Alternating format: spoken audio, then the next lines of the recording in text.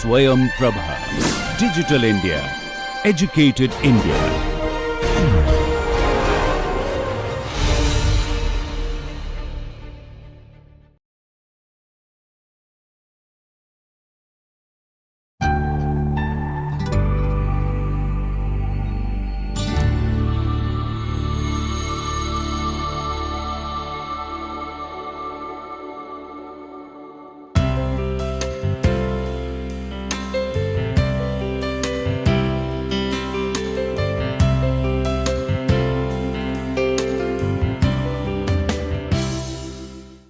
Welcome friends once again to our NPTEL MOOC module on health economics. We have been discussing a number of issues related to health issues, health economics, especially emphasizing in this week on economics of health system. As I already mentioned in my previous 3 lectures in this particular week, that how health system is indeed defined. We know that health system in Indian context is very complex. So our attempt is redressing the complexities and somewhere clarifying the possibility of a base health system. Hence we are actually understanding its criteria, and sometimes we also understand whether a package, health package maybe through insurance is actually redressing the problem or not, how far the quality is dealt. So without delay, I think I am just proceeding. In the previous lecture, if you remember, we have discussed about social health insurance mechanism. Today hence we stick to our specific context on understanding the private financing mechanism, where largely we will be emphasizing the role of private insurance premiums, etc. So what are the directions? Of course, the clarifications we are going to make it in terms of out of pocket payments. Largely we mentioned in our very introductory lecture on how Indian patients indeed are actually bearing the larger burden. Their out of pocket expenditure on healthcare is very huge. Still 2/3 of the health spending is from the is indeed from their own pocket. And of course we as a developing country where massive percentage of people are in the bottom line, or their income quintile is very low. So it is quite expected that they will be depending on social insurance packages. However, if the private mechanism works, how far these mechanisms is efficient and how far we can understand the burden on people, even how much of that amount each individual is expected to pay, what is their willingness to pay, etc., will be emphasizing. Hence our focus will be on 2 important aspects, that is on voluntary health insurance, their strength and weakness, as well as emphasizing on the on moral hazard issues. If the insurance is taken, then how far the insurance is misused or overused. These aspects will be discussed. Now we are just clarifying what we have discussed at the end. In today's lecture we have highlighted, we discussed on tax based health insurance and social health insurance, and now we are actually discussing on private health insurance. The previous 2 points were discussed in our previous lectures. And as I already told you, the 2/3 is dependent, out of pocket expenditure is actually dependent on private spending, or the out of pocket payment is actually explained through private spending. Hence we will be discussing on what is voluntary health insurance and whether it is fully or partly dealt with the health premiums. So private financing mechanism is all about explaining that no system fully relied on, and fund specific parts of the system or specific services or specific groups. Now, what are the criteria of the out of pocket payments? We may directly pay at the point of use by the patients. We will also see how the at the point of pay has certain relevance in terms of moral hazard issues. We will be also explaining this. Then if it is completely market based mechanism, does it have any wrong signals in terms of externalities? You know, is or the market is functioning very well, like some of the health care tools or drugs, etc., are not necessarily expected to be rationally settled in a market mechanism, that may require regulated markets mechanism. Simply when we say market, we refer to free market. The market charge the prices for the services, and there are profit operators as well in informal sector, and hence we will be discussing on prices and quantities based on the interaction of demand and supply. Another aspect we used to discuss in healthcare context is on rationing. That's strictly based on what is the willingness to pay and the ability to pay. So rationing must be in place to guarantee the resources that are to the highest priority applications. Then it has to be through equity and incentive, how far the affordability is a concern, hence if any policy or any scheme is being floated or being introduced, how far it addresses the issue of affordability. It is another important criteria to be discussed, and an indirect incentive or direct incentive for a better care is also expected. So, the burden of payment cannot be redistributed and that is usually discussed in the context of equity.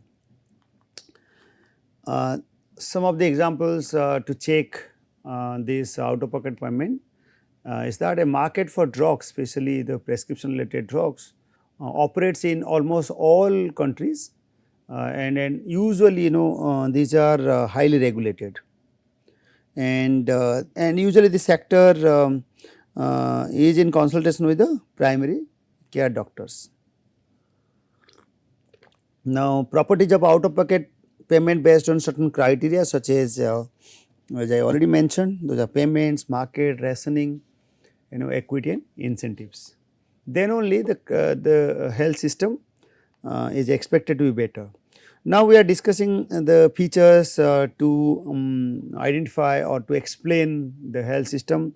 One is stability, and when we say it is market based, the predictability is very I mean it is expected to be unpredictable to a large extent, and basically in that case this is less predictable than regulated or monthly or annual direct tax or SHI social health insurance contribution based mechanism. Regarding transparency, we have mentioned here that direct and transparent link between payment and receipt of the services, it is considered to be positive, okay, and moral hazard issues arises. So we said the problem of moral hazard do not apply in a market based mechanism. Because you are supposed to pay as per the expression of demand or willingness to your payment, hence overuse is considered to be less, hence we have indicated as less of moral hazard is expected. Equity, indeed in some of the countries context market mechanism does not work well. There we refer to the context of inequity largely. In market based usually not offered to those with inadequate ability to pay regardless of their need. Even if their need is higher, like poorer sections, people used to carry a poor health in their early years of their life. Hence in the later part of life the probability of their health conditioning is expected to be poor as compared to the richer sections. Hence, they deserve more healthcare services, whereas the market is not going to regard the justice in terms of equity. Another, we just say administrative cost, we just say it's neither right, higher or lower, it based on which kind of rates are charged, whether it is flat rate. And the payments, basically our purpose at this moment is to discuss OP, out of pocket expenditure given market structure, market mechanism. Okay. So, our positive or negative directions are based on these two variables.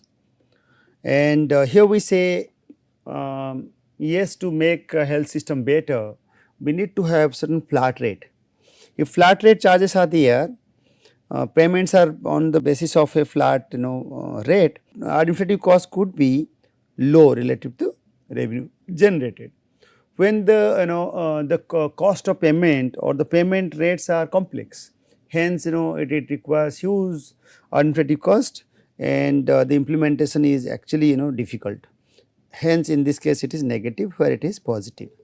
Okay. So, these are some of the features usually discussed in the context of healthcare. Now, we are further clarifying these pages from the reference of work staff. We will also discuss work staffs and their contribution in other chapter, such as demand for healthcare disparities, etc. Then especially the case of high need for care with low ability to pay, out of pocket payment systems are likely to impose catastrophic or impoverishing illness cost, as mentioned by work staff, or inhibit healthcare delivery to those most in the need. So, this is what is emphasized by work staff, and this discourages important health seeking behavior, leading to untreated cases and delays in treatment as well. Okay. Now, there are some policy implications, such as mitigating negative impacts, and there are graduated payment structures can be also considered, and some of the examples like exemptions or lower charges for the lower income group, etc., might be helpful. Now, we are discussing the context on externalities. If you go by the microeconomic principles, you might have read the context called externalities. As we know that in wherever there are externalities problems, maybe positive and negative, the free market mechanism may not be the right choice, may not settle the best social value. Okay. And this is largely applied in the context of healthcare, and eventually its impact on the out of pocket payments. So, hence the issues of out of pocket payment in the context of externalities should be re-emphasized. We are just discussing some cases of drugs. We know that drugs is a very regulated market. Drug market is very regulated. Yet there are number of private players.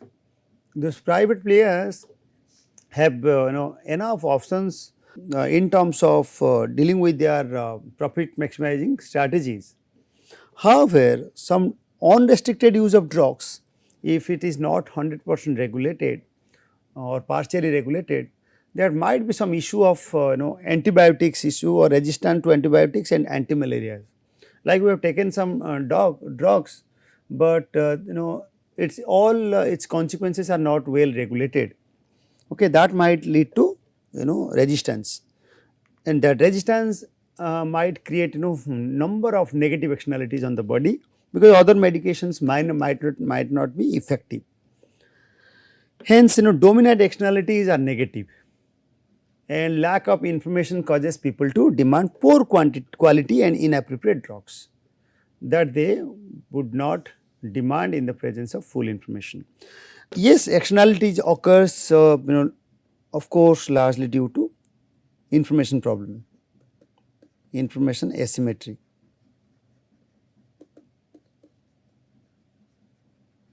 Okay. Yes, the social choice explanation emphasizes once again that since information is not complete in reality or in a complex healthcare system, social marginal value play important role. We discussed in our previous lecture while emphasizing on our social insurance structures. In our previous lecture on social health insurance mechanism, tax and social health insurance mechanism, we have discussed about how to draw social marginal value and demand curve, etc. SMB diagram. And we know that usually the demand curve which we draw it, if market is perfectly informed and all the entities are well informed, it is quite obvious that social marginal value is nothing but the demand curve. But when we know that the healthcare sector and its products are actually not reflecting its true value, hence the consequences are realized at different point of time. Hence the social marginal value might be situated at the left of the demand curve, okay, and hence the optimal production level is exceeded. For other products the reverse might be the case.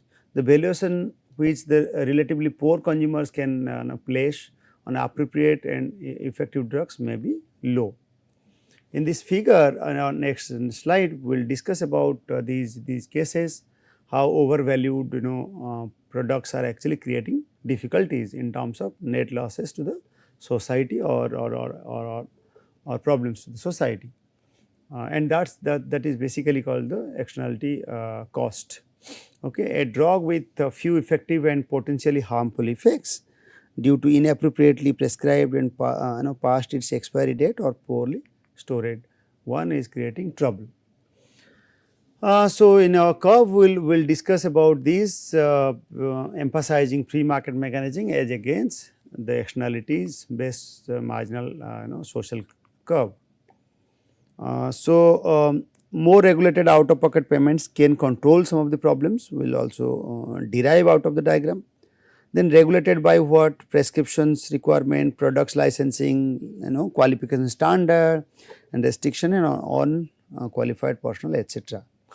In this figure we are actually discussing once again, we start with the market mechanism, free market demand curve, and this is our marginal cost curve for the healthcare product. Okay. And based on this we are quite sure that B is the equilibrium point, and from the authors we derive that they mentioned the title as regulating an overvalued pharmaceutical product. Why regulation is required we are just going to tell you. Now let us start with this free market mechanism by which the quantity is actually this much Q, small q is demanded, OQ is actually demanded and supplied. Yes, had it been a any pure economic good, we won't have bothered much for our explanation.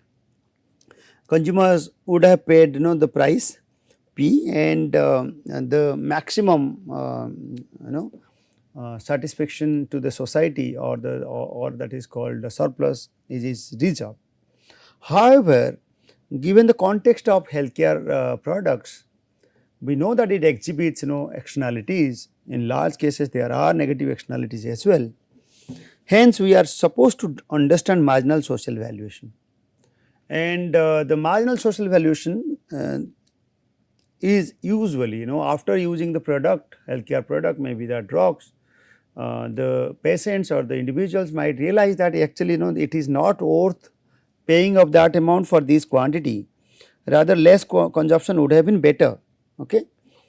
And given the cost, we are not now at this moment changing the cost structure, because we are not regulating at this moment, we are not emphasizing that there should be more regulation because of the overvalued pharmaceutical product.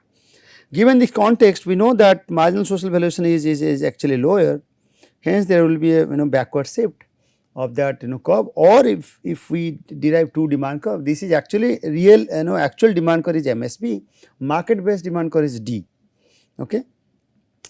Given the actual valuation or the willingness to pay, consumers are actually paying Q star. Okay. Q star, capital Q star, they are actually purchasing this, and hence we are quite sure that since they are Q star till Q is actually overvalued products by the market mechanism. Okay. And since all under the demand curve is willingness to pay, and finally the demand, they are under this demand curve, they are in fact there will be a possibility of loss due to the externality problem.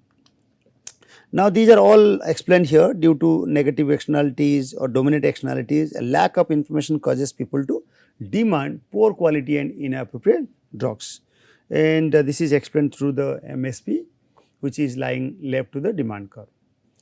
Along the left of the demand curve, that is MSP, few effective applications of drugs, and below the quantity in the axis are explained through the negative social valuation. For many harmful applications, or in this case we mentioned as drugs, the shaded area, that is ABC, shows the welfare loss associated with the free market solution in comparison to the perfect solution. So there are differences again. You may take a note what is called free market solution and what is called perfect solution. Okay. So we have just mentioned that A, B and C, that is the triangle area highlighted, and even in this context the pure negative externalities over this consumption, not necessarily the entire consumption from Q star till Q is all negative externalities, some of the portion might be clearly emphasized exhibiting negative externalities. Okay. So where we have just said that Q star of the drug is provided in the cases where actually most effective. Hence, since there are negative externalities and the welfare loss is highlighted, we we require regulatory options. We need to standardize our healthcare. We need to standardize at the Q star. If this is being purchased, is actually required by the demanders in the society. However, to standardize this, we might expect higher cost for the production. However, those are the free market mechanism principles, or the party to the supply of these products, they might demand higher prices for their quantities.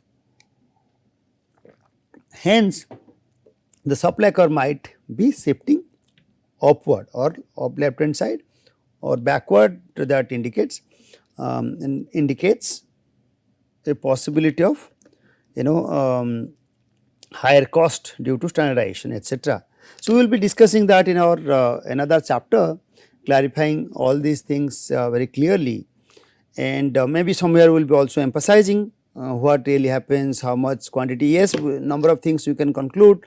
Yes, the extent of consumption now as per the free market mechanism after some standards might fall actually. Okay. So, we will discuss in detail later. I think at this moment we just wanted to mention that this calls for, this negative externalities calls for some forms of regulations. Okay. In the absence of alternative interventions, it might conclude that since the area DE is less than that of the area ABC, the regulation is inappropriate. Okay. So, now after basically what is explained, when MSP is actually clearly mentioned, with strong regulation, it might happen that your the regulating body might instruct the companies not to sell this quantity at all. Okay.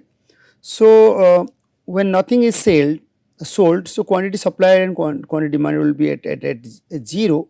Okay.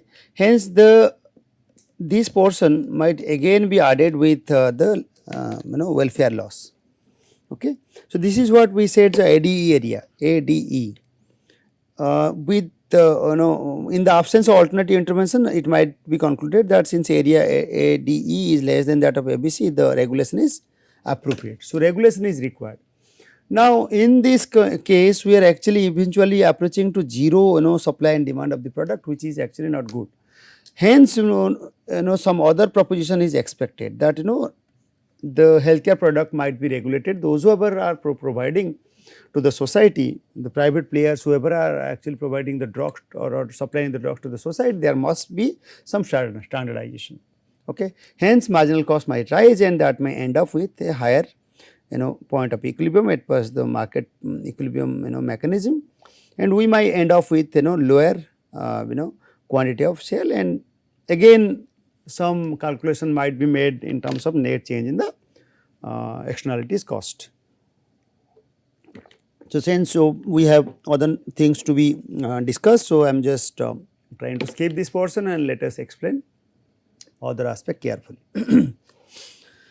Now, we are moving to another aspect called voluntary health insurance scheme as against the social health insurance scheme we discussed earlier in a previous chapter. We want to know what really happens in terms of the cost to the society, okay, and what type of premium we are supposed to pay, and what should have been the maximum or the optimum premium is desired in the society, and the individuals will be ready to pay for it. Okay. So, these are the details I will be explaining in a short while. People will voluntarily choose to purchase such insurance only if they are risk averse. Okay. And we will also discuss this context in terms of risk averse, risk neutral and risk lover people. The extent to which individuals are risk averse determines the viability of insurance market. Risk aversion can be explained in terms of diminishing marginal utility of wealth.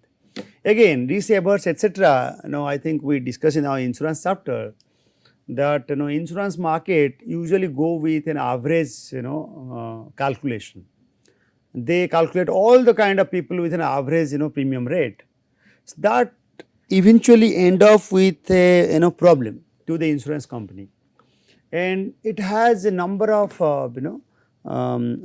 issues such as informational differentials, such as signaling issues, such as moral hazard issues as well. However, those who are in the upper segment of our society, or those who are at the verge of need for healthcare, they usually in a position to go for taking the insurance premiums. So, yes, but there is a possibility of high use of insurance, whereas larger segment of the people are poor in Indian context. They based on the average pricing structure, they may not able to purchase. Hence, insurance company is might be and is also observed that they bear number of risk. Those aspects we discuss in our insurance chapter in detail. But at this moment, we wanted to understand one aspect that is called private health insurance, and what would through the voluntary health insurance scheme, and what would have been the voluntary amount that will be addressing the risk aversion and the maximum premium amount to be paid. Now, we will be taking two things to explain our theoretical explanation. Is presented here. We will be taking the help of diminishing marginal utility of health and expected utility of health theorem. Okay. We know that expected utility theorem or expected utility of our insurance payment etc. is not just based on our entire period of payment. It must be considered after the minimum value of health or minimum value of risk. If the individuals are risk neutral with respect to utility, they will still be risk averse with respect to income, since the actuarial payment would have a lower utility value than the utility cost of the event multiplied by its probability. So, we will be emphasizing on the actuarial payment as well as against their payment. Okay. We will be also emphasizing on two things, one with respect to utility and one with respect to income. Okay, one question you might note it very clearly, this is very important, okay, that individuals are risk neutral with respect to utility, however, they will be risk averse with respect to income. So, we will try to prove this theorem through the approach. Okay. So, now here is the diagram, we will be discussing one by one. Now, this graph has a clear presentation. On the horizontal axis we have taken income, wealth as a proxy of income. In this side we have taken utility. Okay, I am just giving you another clarification through this. Let me just erase at this moment, alright, and it might be useful for you. And alright, so let us go through our understanding. First of all, we need to present it here our utility, diminishing value of its utility, that is which we have said here in the diminishing marginal utility of wealth. With the rise in wealth, the incremental change in the utility will eventually decline, and this is what is presented in our red line. Okay, that is basically called utility curve, and this is at this point our maximum utility is attained. However, our expected utility is mentioned here, expected utility. This is basically our utility curve. Now, expected utility started through a minimum level, a minimum level of health onwards we may project our expected utility. Below that actually life may not even exist, we may not derive any utility out of our wealth. Below certain level of wealth, no utility for your healthcare is actually defined, hence a minimum amount is reserved. Now, at the same time I want to also mention that out of our entire journey, let us have we have a certain risk bearing utility. If we wanna get more utility, you have to averse the risk. Okay, so risk averse, let us assume we have 50 units utils for aversing the risk. Now, let us start by our wealth related discussions. Here I have clarified all these things one by one related to. Now we have taken an example of skier. Okay, skier has higher risk of diving in the air. The graph shows the relationship between health levels and utility measured in imaginary utils for a skier. Okay, the skier considers the purchase of insurance against a risk of accident on the slopes. An accident would cost her 5,000 rupees, and there is a possibility of accident, and the accident if any insurance is not taken, 5,000 is the cost which we have mentioned in this diagram. Okay, then out of the entire wealth, 5,000 is actually lost. Now, the question is that 5,000 loss can be actually covered up with a 20% with a premium, and premium is actually calculated with a the chance of occurrence. What is the frequency or the incidence of or the chance of occurrence is 20%. Let us at this moment we assume 20% occurrence of this losses are there, okay, or incidents are there. Hence, 20% of the 5,000 would be actually 1,000. Okay, this is what is mentioned, and that is in fact called actuarial payment. That payment is needed, right? And that is basically probability of loss into the size of loss. Size of loss, it is 5,000 rupees and probability of loss is 0.20. So, that boils down to 1,000 rupees. So, 1,000 this is lost out of my total income, total health. Now, this portion is actually lost, and this is lost why? Because I am supposed to pay the income as insurance premium, that is basically called actuarial premium, and if I am paying it, actually I am reserving till this point. Okay. Out of my total health I am attending this, but since I am paying, my total income now is lost and I am ending with this level of income. Since I have to pay it to the insurers, I have to sacrifice my utility as well. So, my total utility now is actually ended at this point. So, arbitrarily I am just mentioning let us 2 utils are lost. Okay, 2 utils are lost, and that is equivalent to my 1,000 as premium. Now, we are just trying to clarify that at this level the utility losses is understood. The utility loss is associated with paying the actuarial premium is 2 utilities which we have already discussed, and utility cost associated with the risk that is 50 utils. What is this 50 utils? At this level At this level, what is the expected utility? It is actually equivalent to 10 utils. What is this 10 utils?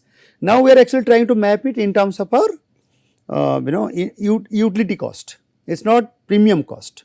There are two things we are clarifying. One is in terms of our income loss, another in terms of its utility cost. So what is this utility cost? Given this income, what is the utility cost? The utility cost associated with risk is risk. Let us total risk is of 50 utils. So how this 50 utils till the maximum amount we have just started with from the minimum level, and if it is of 50 utils and out of that there is a risk attached to our incidences or to the skiers. Okay, the skier is if risk neutral willing to sacrifice up to 10 utils. Okay, so then what is this, why it is risk neutral? We just let us understand why 10 utils are actually sacrificed. Look at this, these 2 points, we are just comparing this over this. So to clarify why it is risk neutral, the skier is willing to sacrifice 10 utils, that is equivalent to out of our 50 utils times 20% of our probability of this event or this incident. So that is equivalent to 10 utils for the insurance, an amount which can be identified graphically on a straight line between the starting point and the point associated with the risk outcome. So this is basically where we said this income which you have just finally ended up with, this is an expected utility. The consumers will derive an expected utility. Now we are just trying to map the expected utility if the person is risk neutral. Okay, how is it risk neutral? Because still the expected utility and the total utility remain constant. Okay, hence the consumer will be willing to pay, right, willing to pay 10 equivalent to 10 utils. Alright. Now we are going to just mention that what is this equivalent in terms of income. Okay, what is this equivalent in terms of income? So she is willing to pay up to 2,500 to achieve achieve till this level of utility. Okay, and we have already noted that this follows more utility diminishing trend. This follows that the more utility of well diminishes, the more an individual will be willing to pay for insurance for any given level of risk aversion with respect to utility. Okay. Now it is expected that the risk aversion with respect to utility varies from individual to individual and is related to preference. Now basically I want to mention here that to attain this level of utils, the consumer is actually willing to pay 2,500 as their income. However, this is their expected utility level is actually equivalent to the 1,000 premium amount. Okay. So in any case the consumer has already attended the expected utility level, but still we are quite sure that consumer is willing to pay this because they can attend the willingness to pay level by paying another 1,500, okay, rupees 1,500 amount. Hence the the insurance will be exchanged only if the transaction cost and the profits can be contained with the 1,500 rupees slack between the actual fair premium and the maximum skier is willing to pay. So if insurance amount if varies from 1,000 till to 2,500, still the consumer is considered to be risk averse and consumer is willing to pay. So voluntary health insurance insurance offers cover for a specific package of healthcare benefits. And we have already mentioned this, we have already proved this as well in our theorem which I already said. The individual are risk neutral with respect to utility, which we have already said. They are risk neutral in terms of utility. However, they will be still risk averse with respect to income. Look at in terms of income, they are actually risk averse, their income actually reduced. Okay. Now we are just summing up the VIH, voluntary health insurance. Just a minute. Yes. So, so it is VHI, voluntary health insurance, offers for a offers cover for a specific package of healthcare benefits. You can read VHI as well. This is covering a proportion of all the cost of range of services and products, which we already discussed. I think rest of the details you can easily find out. And we are now actually going to understand these as against other issues. Okay, like we have already discussed why it is risk neutral, how far it is risk equalization, etc. You can read between the lines, and whether prepayment is required or not. We will be discussing all these three concepts: voluntary payment, private payment, or prepayment, etc. In the context of moral hazard, to clarify this context further. So, now moral hazard is important, and that is basically discussed in the context of rationing. Price will not serve the function of a rationing mechanism. This is basically explained as the extent to which the insured when not faced with the price at the point of use increase their use of services, okay, and that might lead to unnecessary use of healthcare, okay, and that is basically called moral hazard. It can only observe the resulting level of use which might have arisen from unavoidable risk and unnecessary use. We are just clarifying these moral hazard issues in the context of demand and supply for healthcare, and we will be comparing with full insurance issue scheme, deductible content, and co-payment. Co-payment actually we are referring to point of use. Payment is made, point of use, and payment is made. Okay, deductible at certain percentages is deducted from maybe from your salary. We discuss in our social health insurance scheme chapter as well. Hence, we will also be in a position to clarify the extent of moral hazard. Let us start with a typical demand and supply function for healthcare, and we start by a minimum level, as we already discussed in our different chapters, why minimum healthcare, and a minimum price is reserved. Below that usually the healthcare supply is not possible. Okay. So, hence MC curve is derived from a positive level, and that too from a minimum level of healthcare, that is reserved. Okay. Now, given the free market mechanism, we know that this is our Q star and this is our price for the service seeker to pay, and if it is the case of full insurance, and we know that and that the entire demand of the healthcare is actually be utilized by the service seeker or the health seekers. If it is completely free, then we may expect that till O to A is actually utilized, alright, given a full insurance scheme, or maybe we also already discussed in the context of social insurance schemes. Now, when when some forms of deductible are attached and which is silently deducted, certain proportion are deducted, we may not actually salary is deducted, but at the point of service we may not actually able to pay it. Hence, we are projecting on the same diagram. The demand pattern is not shifted much. So, in that context, since deductible our use will since a certain proportion of income we are actually paying, so the access of service might actually decline. Okay. Hence, our OB is actually utilized. So, the overuse which is, we said Q star till A is actually is reduced. Now, it is only the moral hazard extent, the proportion of moral hazard will be reduced by AB. Now, if we see another context, that is the context of co-payments. Okay. If co-payments are there, we simply say that there are certain extra amount is attached for every unit of your from till these letters from B onwards we wanted to explain for co-payments, if any co-payments are attached. So, now what happens, for every unit of service you are supposed to pay higher, amount of payment. Okay, your price level actually for the every unit of service is expected to be higher.